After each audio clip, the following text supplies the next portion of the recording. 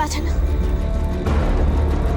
पता नहीं, जब दिन अचानक क्यों हमें ऐसा लग रहा है कि कुछ तो है, कुछ तो अवांछित होने वाला है।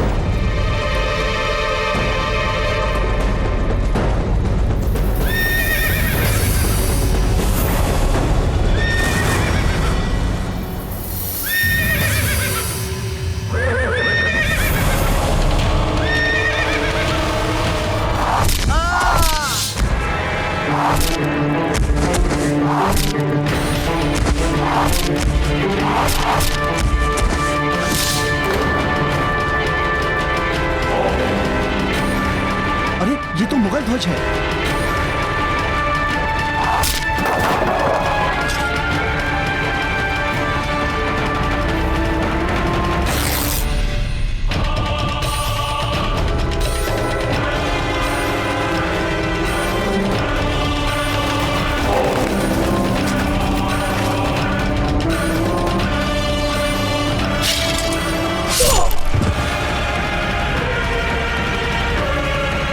सिपाहियों, आगे बढ़ो।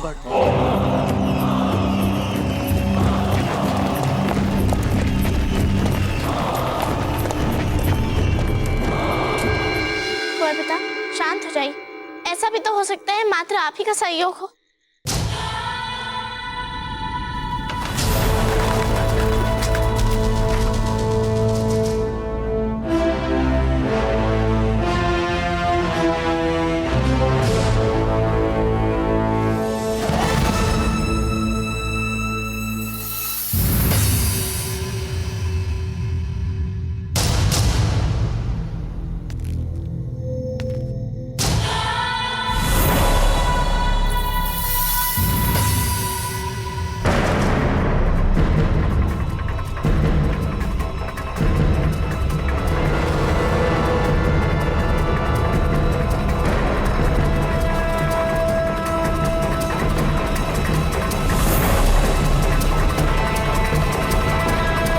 ये तो मुगलों के ध्वज का टुकड़ा है। इसका अर्थ यह हुआ कि मुगल इसी दिशा में आ रहे हैं, उन पर आक्रमण कर रहे हैं। कोई पिता, अभी हम समय नष्ट नहीं कर सकते। हमें जाके सबको सूचित करना होगा। अजब दे, हम दाजीराज के पास जा रहे हैं। तब तक आप जाकर रावत जी को यह सूचना दीजिए। और ध्यान रहे सकते हैं, हमें अनावश्यक रूप से खलबली का वातावरण भी नहीं बनाना।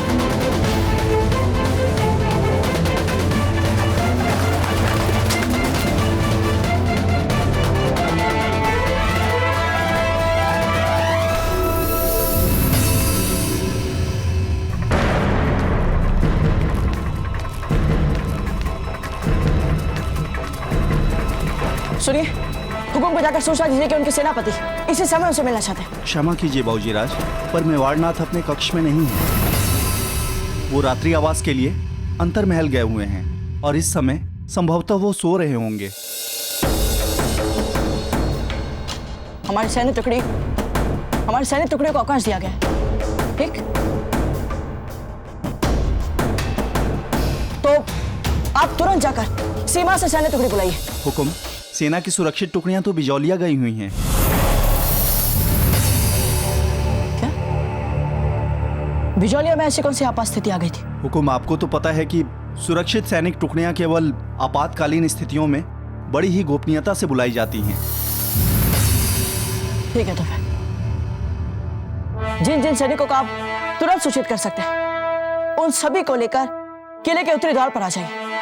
हम रावत जी के साथ वहीं आपसे मिलेंगे।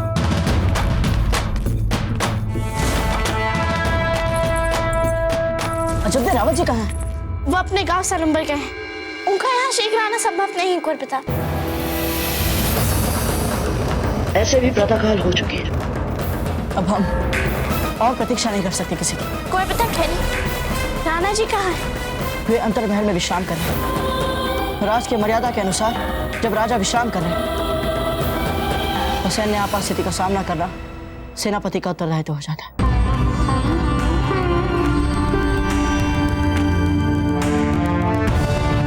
तो कोई प्रताप, आप अकेले कैसे?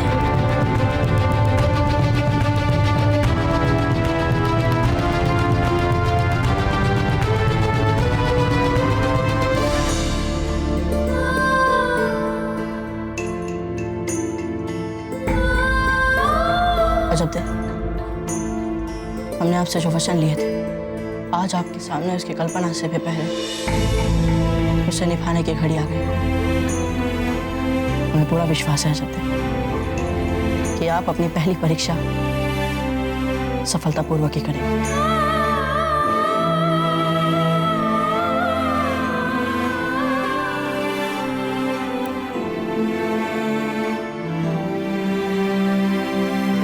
हम आपको निराश नहीं करेंगे प्रभुता।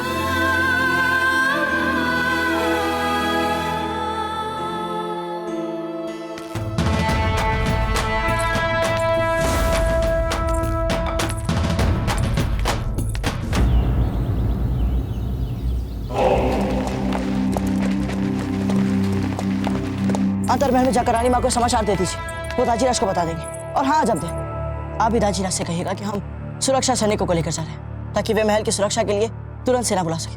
ठीक? प्रभुता। आरती। क्षमा कीजिएगा, वो हम भूल रहे थे।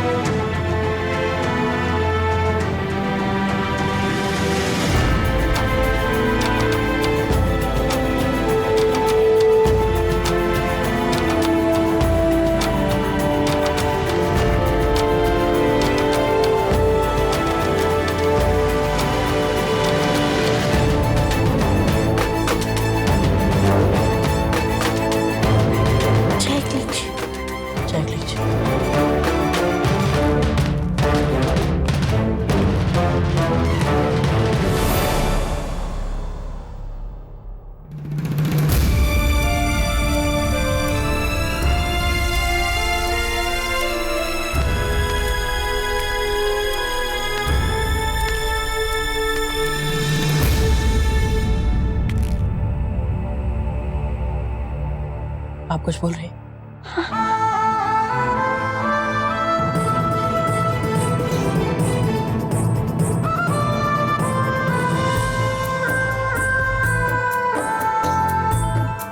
अपना ध्यान रखिएगा। आप भी। जय क्लीन जी। जय क्लीन जी।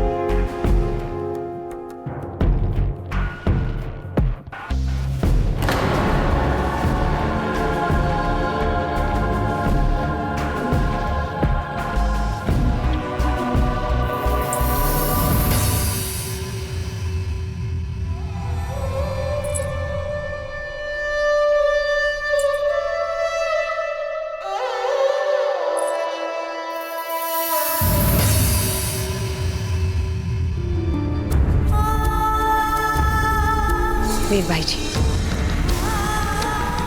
आज रात आपको अपने पत्नी होने का अधिकार मिलेगा।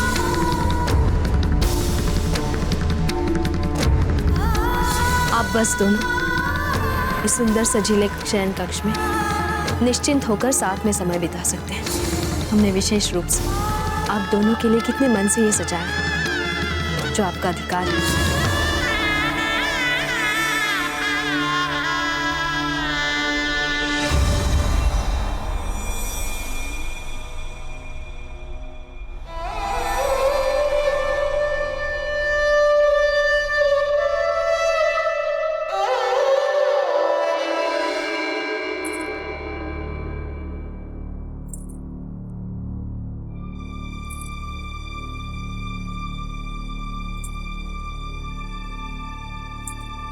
वीर भाई जी, आज रात आपको अपनी पत्नी होने का अधिकार मिलेगा और ये कक्ष हम आपके और राणा जी के लिए तैयार कर रहे हैं।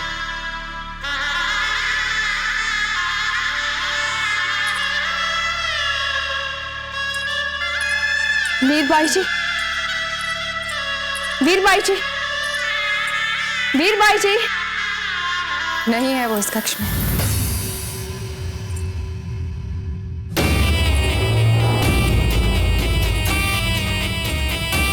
क्षमा कीजिए जी,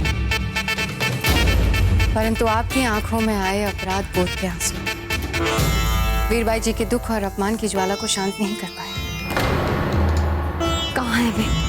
बताइए हमें। हमें क्या पता, हम तो ये प्रार्थना करते हैं कि कहीं वे अपने प्राण ना ले लें। विश्वास के साथ नहीं कहा जा सकता कि वे कहाँ गए।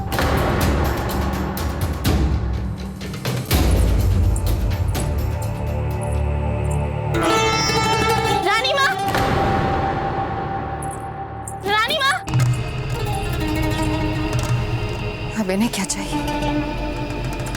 अजब थे, क्या बात है?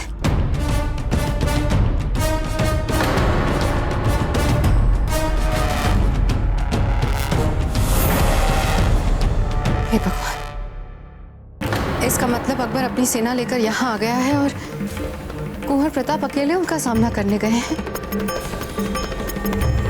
ये तो चिंता वाले समाचार हैं। जब हाँ, तभी तो हुक्मनामे में कहा था कि हम जाके रानी माँ को सूचित करें शीघ्र से शीघ्र, ताकि रानी माँ राणा जी को बता सके और फिर राणा जी को और प्रताप के लिए सेना भेज सके, ताकि वे जाके उनकी सहायता कर सके। हम अच्छा हुआ जो आपने हमें बता दिया। हम बता देते हैं ना जीजा और राणा जी को। आप चिंता मत कीजिए, आप अपने कक्ष में जाइए, हम संभाल लेंगे।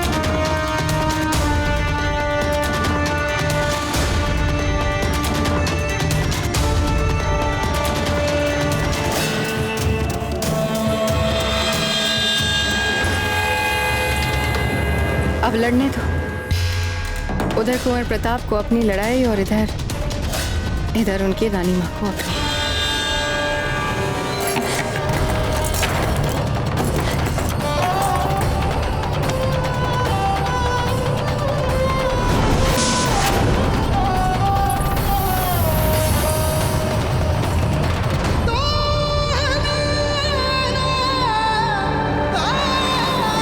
वीर भाई जी,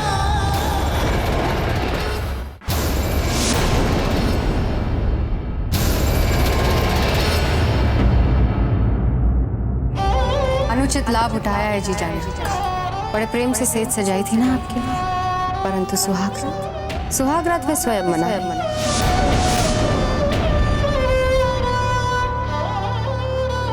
हम समझाते हैं वीर भाई जी आपको। बस जीजा, माँ सम्मान समझाता आपको, पर आप निकली एक घुटी हुई स्वार्थी निर्दयी सौतन। आप ही ने हमारे मन में इच्छाओं की ज्वाला जगाई थी और फिर स्वयं उन पर ठंडा पानी डाल दिया। कब से तैयारियां करी थी इस षड्यंत्र की? हाँ, यदि राणा जी ने हमसे विवाह किया और आप इस अपराध को मन ही मन क्षमा नहीं कर पाई थी तो हमें बता देती, कह देती, हमें आदेश देती, हम स्वयं यहां से चले जाते जीजा। पर आपने ऐसा नहीं किया। क्यों? ताकि अपनी दृष्टि में हमें अपमानित करके आप ये घृणित षड्यंत्र रच सके। ऐसा नहीं है वीर भाई। सच तो ये है कि स्नेह और ममता के इस दिखावटी मूर्त के पीछे जो कि आप सबको दिखाती फिरती हैं, आज हमने एक स्वार्थी स्त्री को देखा है। सही कहती है धीर भाई जी आपके बारे में, सच कहती है कि आपको सब कुछ चाहिए, वो भी अकेले के लिए। राणा जी, महारानी का पद, प्रजा का सम्मान, प्रेम, और इतना ही नहीं, आपको अपना भविष्य भी सुरक्षित चाहिए। कुंवर प्रताप की सहायता से आपको मेवाड़ की पूरी सत्ता चाहिए। इसीलिए आपने हमें राणा जी के कभी निकट नहीं आने दिया ना, क्योंकि आपको डर था कि यदि हम उनके निकट आ गए तो कहीं हमें संतान ना हो जाए और आपकी सत्ता की चाह में कोई बिगड़ ना आ जाए। और आप ऐसा कैसे होने दे सकती थी?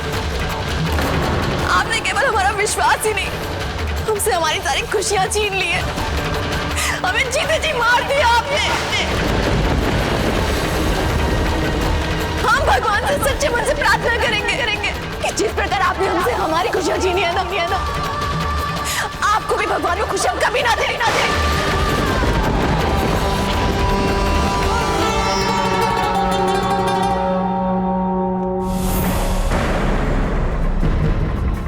हमारे वीर मेवाड़ी सैनिकों, हमें उन मुगलों को किसी भी मूल्य पर महल तक नहीं पहुंचने देना। हमें उनको महल के सुरक्षा घेरे के बहुत पहले ही रोकना। जय मेवाड़! हमारे जाबाज जंगजुओं चित्तौड़ के किले को अपने कब्जे में करने इससे शानदार मौका हमें फिर कभी नहीं मिलने वाला। मुगलिया तवारीख में लिखा जाने वाला सबसे शानदार सुनहरा हम यहाँ तुम्हारा तमाम चित्तौड़, तुम्हारा सब कुछ हमेशा के हम तुमसे छीन लेंगे। सिपाहियों, आगे बढ़ो! और हाँ जीजा, अगर आप सच में चाहती हैं कि राणा जी हमारे निकट आए, तो अब तक तो आप समझ ही चुकी होंगी कि ऐसा तभी संभव हो सकता है जब आप इस महल में ना हो।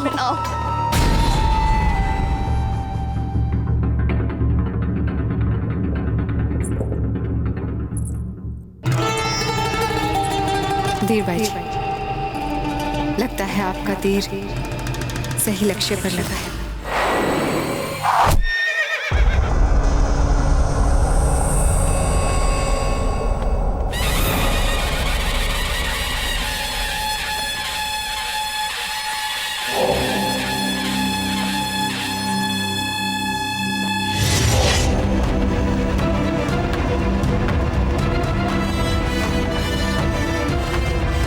मेवाड़ की धरती पर पांव रखने से पहले तुम्हें यह सोचना चाहिए था मुगल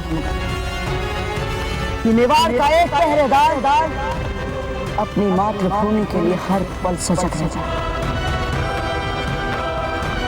राणा प्रताप सिंह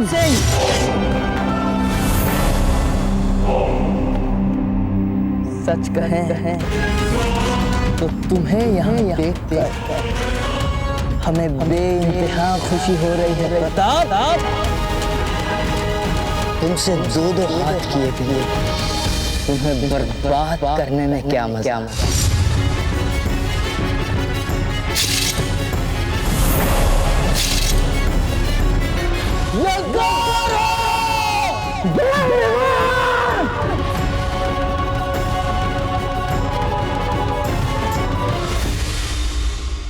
मेवाड़ के वीर महाराणा प्रताप के जीवन को करीब से जानने के लिए चैनल को सब्सक्राइब करें और बेल आइकॉन दबाना न भूलें।